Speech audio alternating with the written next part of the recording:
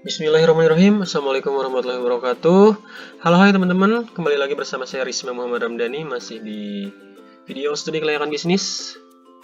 This is the last video about aspek keuangan ya. Ini bagian 3 atau bagian terakhir, dan di sini kita akan bahas mengenai beberapa sub. Di antaranya ada pembahasan mengenai neraca, kemudian ada BEP ya atau break even point. Kemudian yang ketiga ini ada PBP atau payback period, terus juga ada IRR ya atau internal rate of return, kemudian ada NPV, ini udah nggak asing lah ya, pasti kalian tahu, net present value, dan ada PI atau profitability index. Nah, buat lebih jelasnya lagi, biar lebih mudah kita pahami, langsung aja mending kita masuk ke tutorial di Excel-nya ya. Oke, teman-teman, let's dive right in. Oke, baik teman-teman, langsung aja kita tutorial di Excel ya. Di sini kita bakal ngebahas mengenai laporan posisi keuangan atau balance sheet atau statement of financial position, atau yang lebih kita kenal dengan sebutan neraca ya. Jadi ini adalah suatu bagian dari laporan keuangan suatu perusahaan atau entitas bisnis yang dihasilkan dalam suatu periode akuntansi. Jadi di mana ini nunjukin posisi atas keuangan perusahaan ya pada akhir periode akuntansi. Ini ada 3 periode di sini yang bakal kita bahas. Jadi ini tuh bisa jadi dasar dalam menentukan atau menghasilkan keputusan bisnis. Nah, sebelum bahas lebih lanjut, saya akan menjelaskan dulu mengenai struktur neraca ya. Jadi kalian perlu tahu bahwa neraca itu terdiri dari 2 pos. Jadi ada yang namanya, yang pertama ini ada aktiva ya atau aset. Dan yang kedua yang di bawah ini ada yang namanya pasiva. Nah, kedua pos ini tuh terdiri dari 3 unsur ya. Yang di aktiva ini ada aset dan pada pasiva ini ada 2, yaitu ada hutang atau liabilitas ya, dan satu lagi ada ekuitas ya, modal atau equity. Nah, jadi ketiganya ini tuh dihubungkan dengan prinsip persamaan dasar akuntansi. Jadi persamaannya itu gini teman-teman, aktiva sama dengan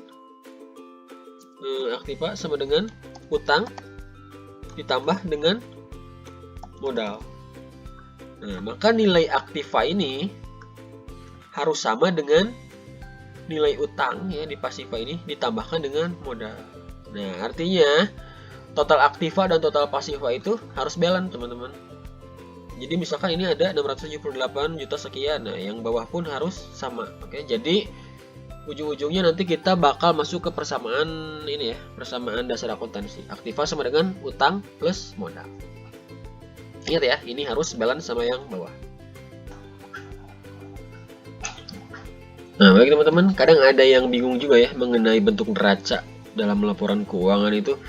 Jadi kalau dulu kalian di pengantar akuntansi itu pernah belajar yang bentuknya memanjang ke bawah ya. Aktivanya di kiri, pasifanya di kanan. Nah, kalau ini beda nih teman-teman. Kita aktivanya di atas, pasifanya di bawah. Nah, ini jadi cuman masalah bentuknya aja ya. Jadi semuanya itu boleh-boleh aja kita gunakan, kalian mau pakai yang memanjang ke bawah atau memanjang ke samping. Jadi dalam penerapan bentuk suatu neraca keuangan itu hendaknya disesuaikan dengan bentuk atau jumlah pos akun yang digunakan oleh perusahaan. Nah, bentuk neraca yang memanjang ke bawah ini dia tuh lebih efektif buat digunakan apabila si akun dalam perusahaannya tuh banyak. Jadi ini kan sedikit ya. Ini aktiva tetapnya cuma ada 4. Misalkan kalau aktiva tetapnya banyak, ini lebih bagus kalau dirinci ke bawah gitu. Jadi secara visual ini lebih mudah dibaca ya, lebih mudah dipahami. Nah, bentuk yang memanjang yang ke bawah ini yang kalian pelajari pada umumnya itu namanya tuh bentuk apa sih, saya lupa lagi. Bentuk staffel ya, namanya tuh bentuk staffel. Nah, biasanya perusahaan yang pakai bentuk staffel itu perusahaan besar yang punya pos-pos akunnya relatif lebih banyak. Ya, jadi ini lebih bisa memudahkan dalam visualnya. Nah, beda dengan bentuk neraca yang menyamping. Nah, ini kalau tadi disebut staffel, ini disebut kontrol. Jadi kalau bentuk neraca model ini tuh bisa dengan mudah diterapkan apabila si akun atau nilai yang ada perusahaannya itu relatif sedikit ya. Kalau ini kan aktiva tetap cuman sedikit ya, ini cuma ada 4, ini aktiva nggak berwujud cuman ya sedikit lah. Kalau kalian akunnya banyak, nah boleh pakai yang bentuknya scaffold. Ya, jadi itu mengenai model neraca. Nah, lanjut teman-teman ya. Sekarang kita bahas mengenai aktiva ya, atau harta perusahaan. Jadi untuk kelompok aktiva ini diklasifikasikan dari tingkat likuiditasnya. Jadi kalau likuiditas itu apa ya? Mudah diuangkan gitu. Jadi klasifikasinya itu ada aktiva lancar, ya, ada aktiva tetap dan aktiva nggak berwujud. Nah, contoh misalkan ini ada aktiva lancar. Kalau di contoh modul itu di aktiva lancar cuma ada satu akun ya, yaitu ada kas. Nah, sebenarnya banyak teman-teman aktiva lancar itu ada kas ya, kas itu dari apa macam-macam, ada uang tunai ya, uang di bank, cek, wesel pos ya, tabungan di bank itu masuknya ke kas. Terus ada juga yang namanya wesel tagih ya, atau apa, surat janji ya. Terus juga ada apa lagi, piutang dagang. Misalkan kalau kalian meneliti perusahaan yang udah berjalan terus perusahaan itu punya piutang dagang, nah itu masuk ke aktiva lancar. Kemudian juga ada persediaan barang, itu masuk ke aktiva lancar ya. Contohnya persediaan barang kalau kalian perusahaan yang diteliti itu udah berjalan.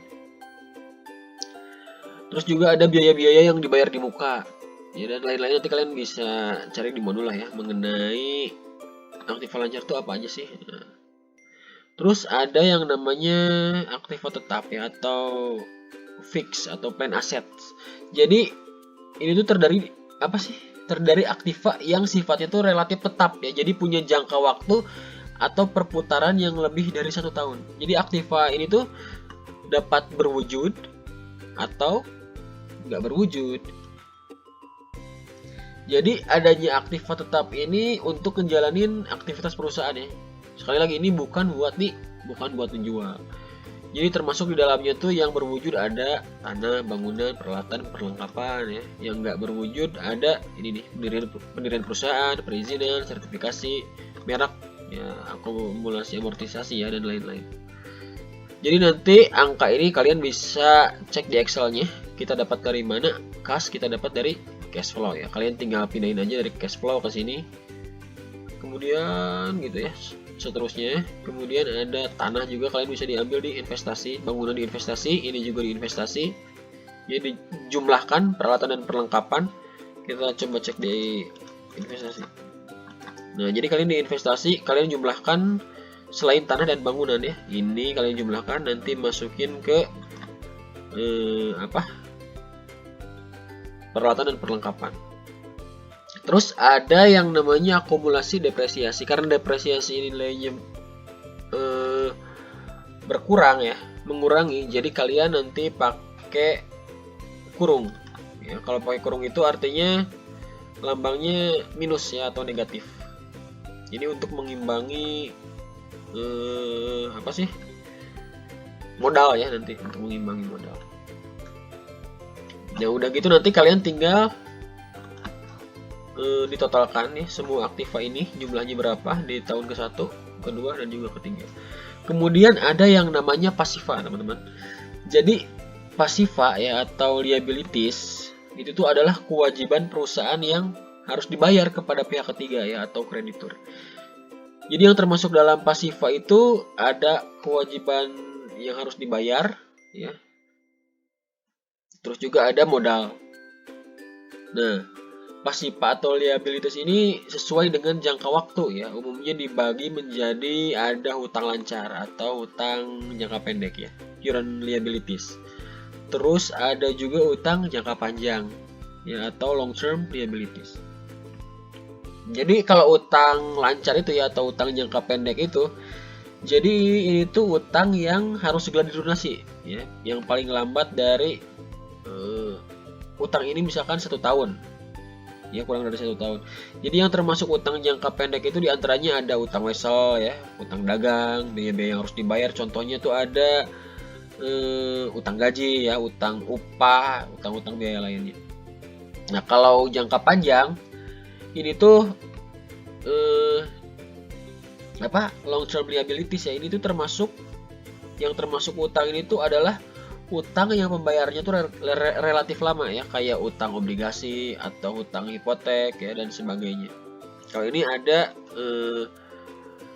utang ke investor ya, kita minjem uang ke investor. Nah ini ada utang jangka panjang.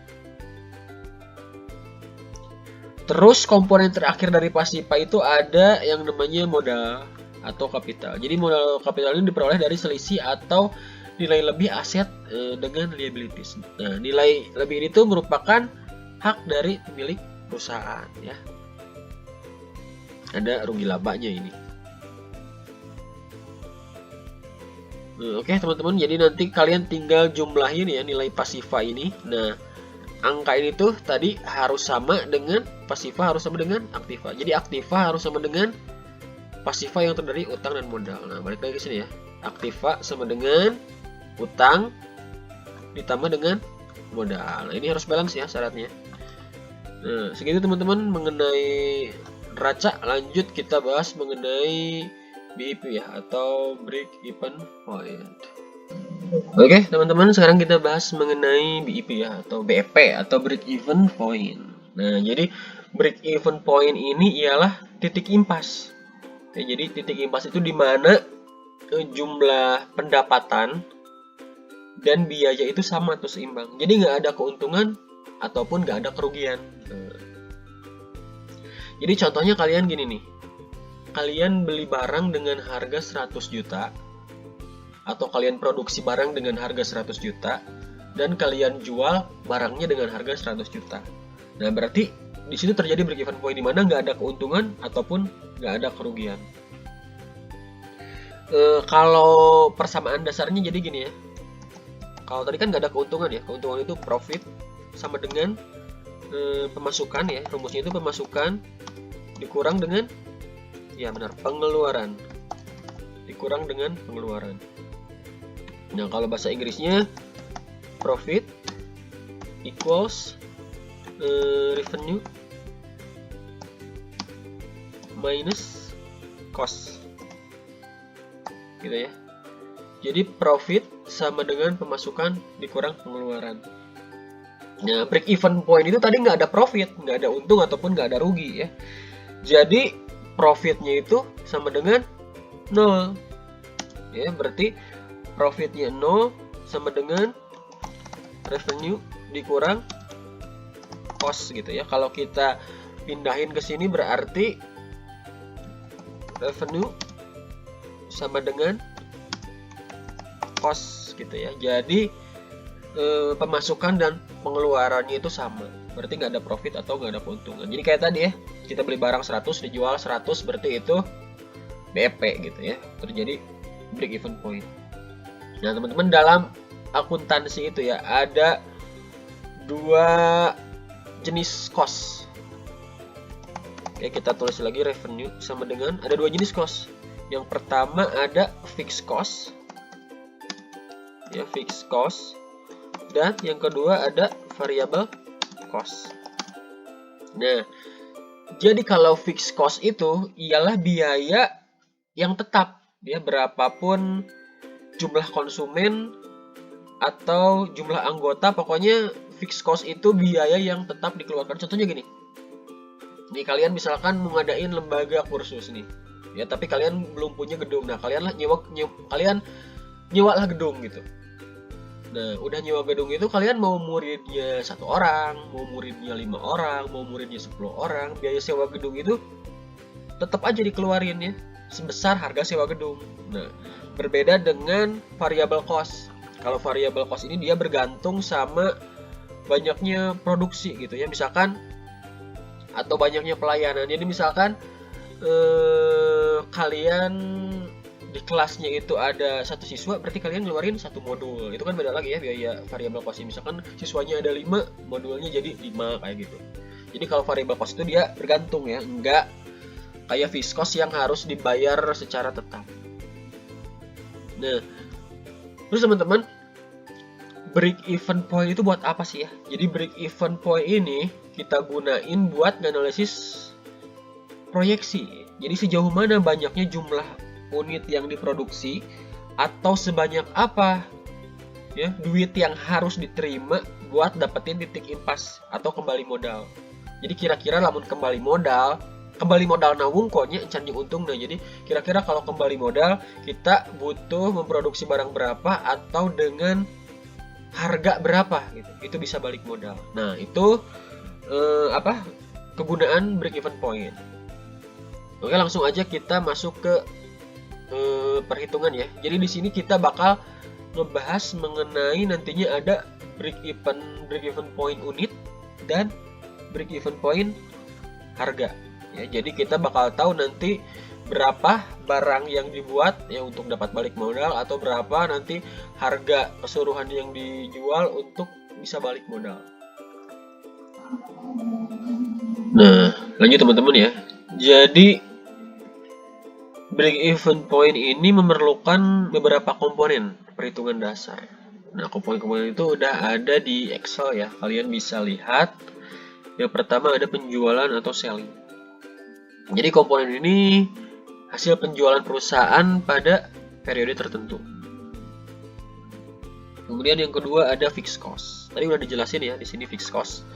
Apa itu fixed cost? Jadi fixed cost itu komponen yang merupakan biaya yang tetap ya atau konstan jika ada atau nggak adanya produksi. Ya, meskipun perusahaan nggak berproduksi itu tetap fixed cost itu ada. Ya contohnya ada di sini ada biaya tenaga kerja nggak langsung itu tetap harus dibayar, transportasi dan BBM, rekening listrik dan telepon, ya, depresiasi, amortisasi itu pasti terjadi. Kemudian beban bunga ya atau kewajiban yang harus dibayar itu masuknya ke fixed cost. Kemudian yang ketiga ada yang namanya variable cost. Jadi kalau variable cost itu jadi komponen ini itu merupakan biaya per unit yang sifatnya itu dinamis. Jadi tergantung dari tindakan volume produksinya. Ya tadi tergantung berapa banyak siswanya di kelas gitu kan. Sedikit atau banyak itu bergantung, variable cost ini bergantung dari sedikit atau banyaknya tadi siswa di kelas yang mengikuti kursus misalnya. Kalau di sini kan kita memproduksi ya. Jadi variable cost-nya itu ada tenaga kerja langsung, dia yang langsung turun mengerjakan produksi, kemudian ada bahan baku, ini bergantung juga ya, banyak sedikitnya produksi, ada plastik untuk kemasan, kemudian ada pajak penjualan juga tergantung, dan pajak penghasilan juga tergantung. Nah, itu mengenai komponennya. Sekarang kita bakal cari tahu mengenai rumus break even point-nya. Oke, lanjut teman-teman ya.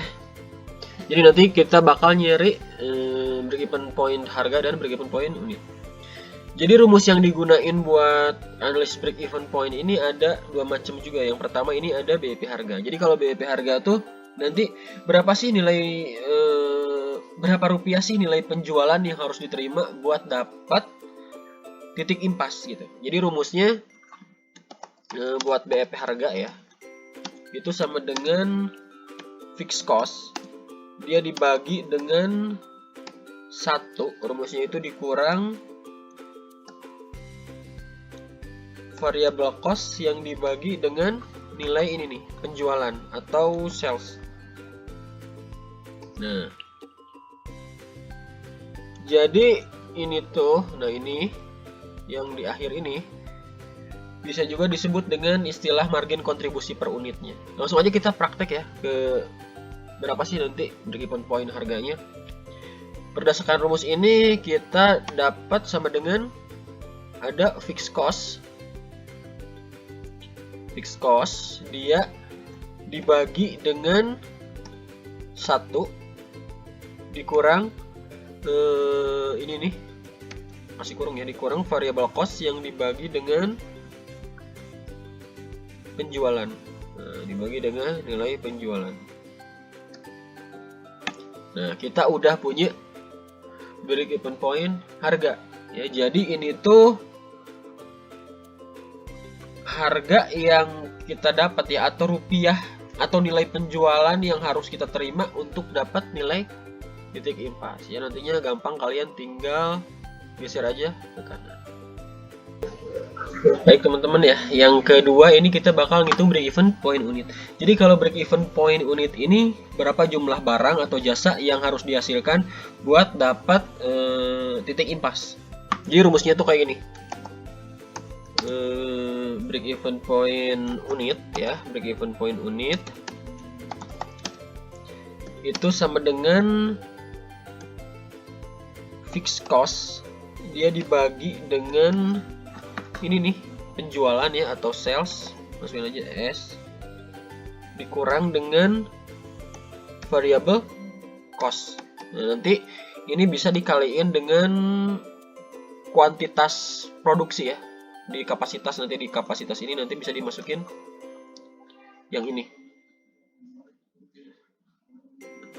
Nah, dikali dengan kuantitas berarti kita masukinnya di sini kuantitas. Nah,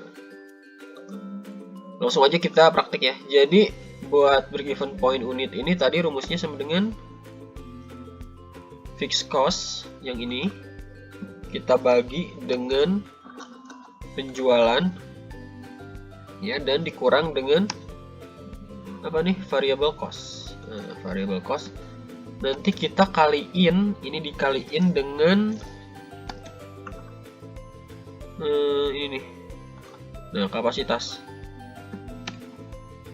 Nah, kita udah punya nilai 509 unit, berarti dengan angka ini kita udah dapat nilai break even point untuk berapa banyak barang yang kita hasilkan ya, untuk mendapat nilai titik impas. Nanti kalian tinggal tarik aja ke kanan. Nah, gimana cara analisisnya teman-teman? Ini ada ya, di sini udah ada analisisnya. Jadi bisnis ini dinilai layak ya karena tingkat penjualan lebih tinggi dari nilai break even point harga. Nah, kita harus bandingin si penjualan ini nilainya harus lebih besar daripada break even point harga. Ya, berarti bisnisnya dinyatakan layak.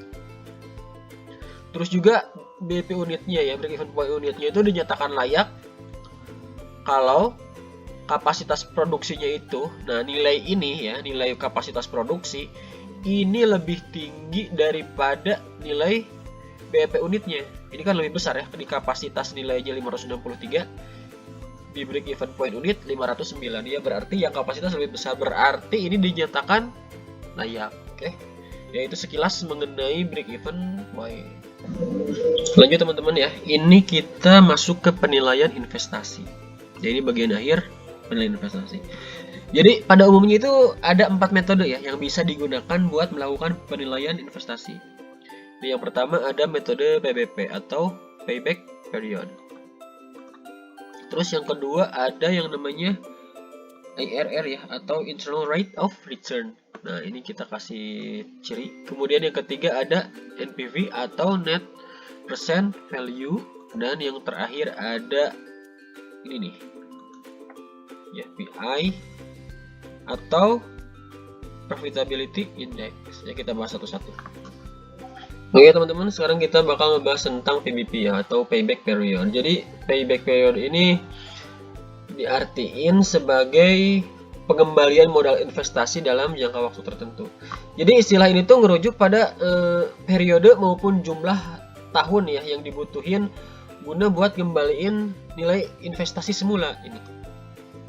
Nah, jadi tiap-tiap investor ya beserta pengusaha yang mau menginvestasikan di suatu proyek biasanya mereka melihat mengenai angka PBP. Jadi semakin cepat payback periodnya ya, semakin cepat pengembalian modalnya, para investor tuh bakal semakin tertarik buat berinvestasi di proyek tersebut. Nah, kayak gitu. Jadi cara menghitungnya kita dengan menganalisis nanti nilai pengeluaran ya, dan juga kita bagikan dengan cash flow-nya ya, dengan net cash flow atau arus kas bersihnya. Jadi ceritanya kita ngitung ini nih, kita ngeluarin uang 244.010.000 buat investasi. Dari mana nih? Angka ini dari nominal yang kita keluarkan buat ini total investasi. Nah, ada di situ investasi ya, kita ngeluarin dana 244.010.000 untuk membeli seluruh investasi. Jadi ada aktiva berwujud dan aktiva nggak berwujud. Nah, jadi berapa lama sih duit ini bisa kembali gitu. Nah, duit ini bisa kita kembali kalau kita udah hitung nilai PBP-nya. Jadi di sini yang perlu kita perhatikan ada yang namanya net profit ya. Net profit itu adalah keuntungan bersih. Jadi ini kita ambil dari dari sheet rugi laba. Ini ada mana laba setelah pajak. Nah, ini adalah net profit ya.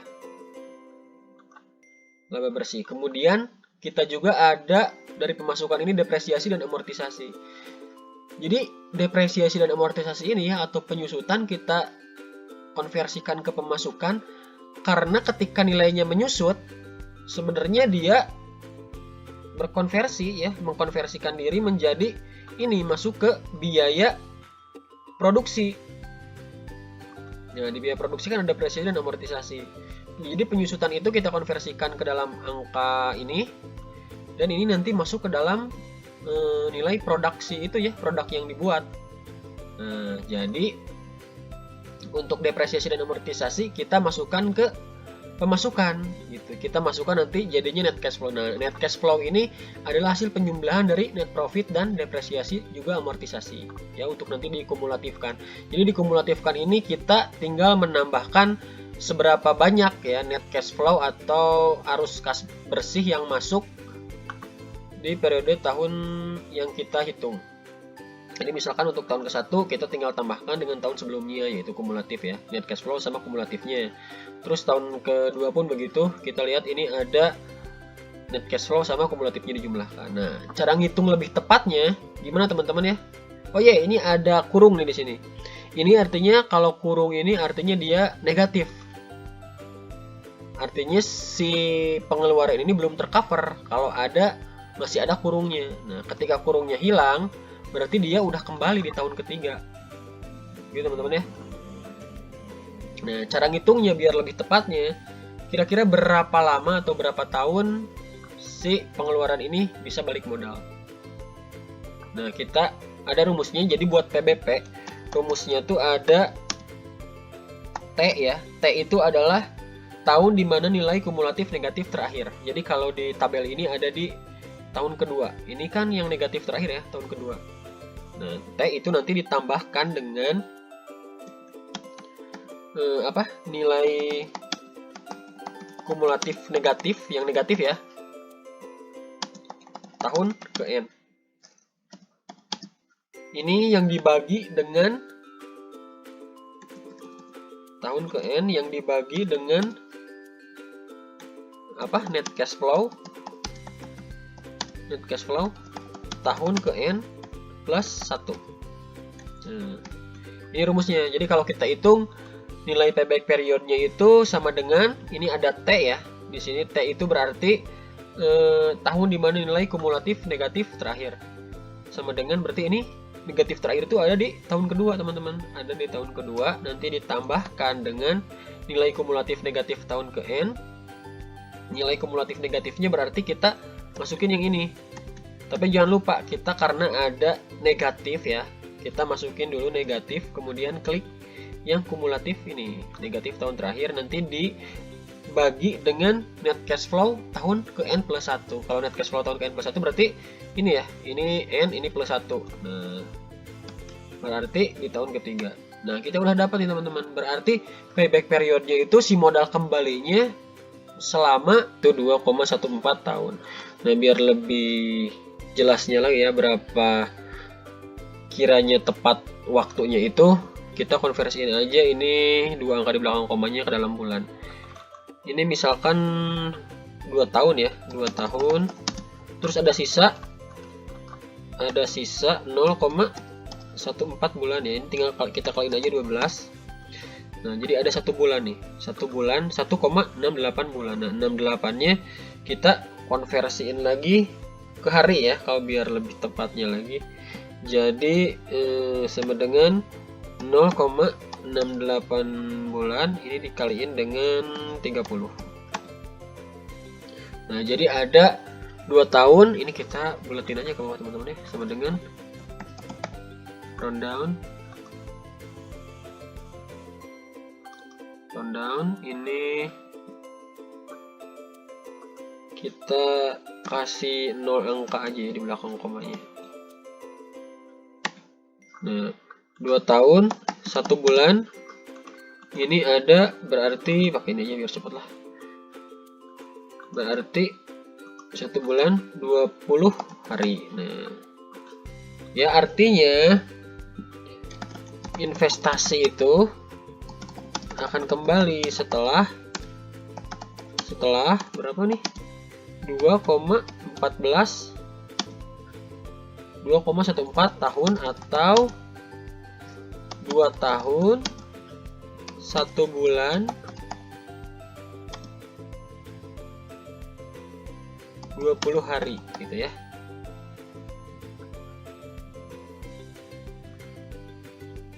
Berarti analisanya maka bisnis ini dinyatakan layak karena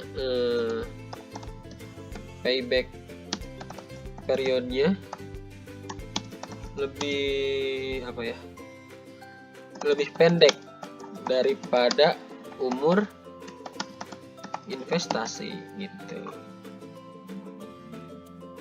Ini di pop. Oke teman-teman, itu untuk payback period. Oke, lanjut ke materi kita yang selanjutnya, yaitu ada internal rate of return atau sering disebut dengan IRR. Nah, di dalam internal rate of return kita menyebut IRR itu karena IRR itu adalah metode perhitungan investasi dengan menghitung tingkat bunga yang menyamakan nilai sekarang investasi dengan nilai sekarang dari penerimaan kas bersih di masa yang akan datang. Jadi artinya gini teman-teman ya, jika nilai IRR ini lebih besar dari modal, maka otomatis proyek tersebut bagus. Nah, jika nilai IRR itu kurang, maka otomatis jelek gitu ya. Ya ngapain kita capek-capek bikin proyek kalau ternyata uang yang kita simpen di bank ternyata jauh mendatangkan lebih keuntungan daripada kita menjalankan proyek tersebut gitu ya. Misalkan kalau kita taruh aja tuh uangnya di bank berbunga sekian persen, tapi dengan bikin proyek kita buat pabrik ya, kita gaji orang, ternyata uangnya tuh hanya berkembang kecil gitu. Buat apa? Nah, makanya orang akan menghitung internal rate of return-nya. Langsung aja teman-teman ya, kita hitung. Jadi kalau di Excel kita pakai fungsi, ada fungsi langsung nih, ada fungsi IRR. Jadi kalian tinggal ketik ya sama dengan IRR. Nah, nanti kalian masukin nih nilai net cash flow. Kemudian pakai separator ya, ini separator, dan 14 ini adalah bunga pinjaman kredit ya. Nah, jadi nanti otomatislah keluar hasilnya IRR sebesar 29,32%. Jadi bisnis ini dinilai layak ya karena punya tingkat pengambilan IRR sebesar 29,32%. Ini tuh lebih besar dari bunga pinjaman kredit ya. Jadi orang tuh cenderung nyari yang tingkat pengembaliannya itu lebih besar ya, dan ini dilihat lebih besar daripada tingkat bunga pinjaman kredit. Oke, kita lanjut. Sekarang kita masuk ke NPV ya, atau net present value. Jadi net present value itu juga sama ya, digunain dalam penganggaran modal buat menganalisa profitabilitas dari sebuah proyek ataupun ini buat proyeksi investasi. Jadi para pemilik modal ataupun manajemen perusahaan itu dapat menggunakan perhitungan NPV ini untuk mengevaluasi ya, apakah akan berinvestasi atau nggak berinvestasi pada suatu proyek atau berinvestasi pada pembelian aset baru. Nah, cara perhitungannya ini di Excel itu udah ada fungsi NPV. Jadi nanti kalian tinggal klik aja ya, tinggal ketik aja sama dengan NPV. Ini ada nilai bunga ya, nilai bunga. Kemudian kita masukin dari net cash flow semuanya, kemudian tinggal klik enter. Nah, dari sini kita bisa dilihat ya bahwa bisnis itu dinilai layak karena nilai NPV-nya itu bersifat positif.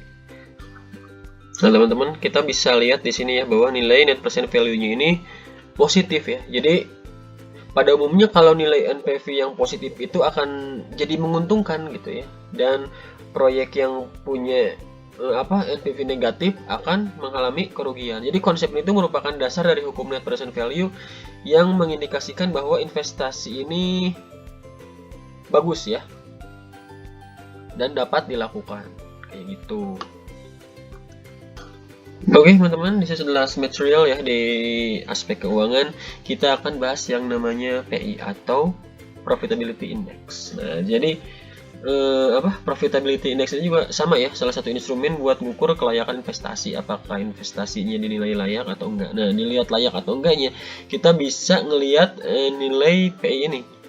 Jadi kalau nilai PI-nya lebih dari 0 ya, lebih dari 0 maka proyek bisa diterima karena dinyatakan layak. Nah, kalau kurang dari 0, proyek akan ditolak karena dinyatakan nggak layak. Terus juga kalau sama dengan 0 ya berarti keputusannya indifferent. Itu dapat diterima atau ditolak. Nah, kita lihat jadi profitability index ini cara ngitungnya melalui perbandingan antara percent value kas masuk ya dibagi dengan percent value kas keluar. Nah, ini kita bisa ngambil dari sheet cash flow. Ini ada ya, nah yang ini nih tahun ke-1, tahun kedua, tahun ketiga ya di pemasukan, dan juga pengeluaran tahun ke-1, tahun kedua, tahun ketiga. Nanti kita tinggal pindahin aja ke sini. Nanti kita bagi antara coba lihat rumusnya, antara kas masuk dan kas keluar. Nah, ini didapatkan hasil profitability index yang lebih dari 1 ya. Ini ada 1,016 dan lebih dari 1. Jadi artinya bisnis ini dinyatakan layak ya karena nilai PI setiap tahun itu lebih besar dari angka 1 kayak gitu. Oke teman-teman, that's all about keuangan. Kita tutup aja ya materi keuangan di video ini. Nanti kalau ada yang ditanyakan bisa kita diskusi di Google Classroom atau nanti kita bisa di WhatsApp group. Oke, terima kasih perhatiannya. Assalamualaikum warahmatullahi wabarakatuh.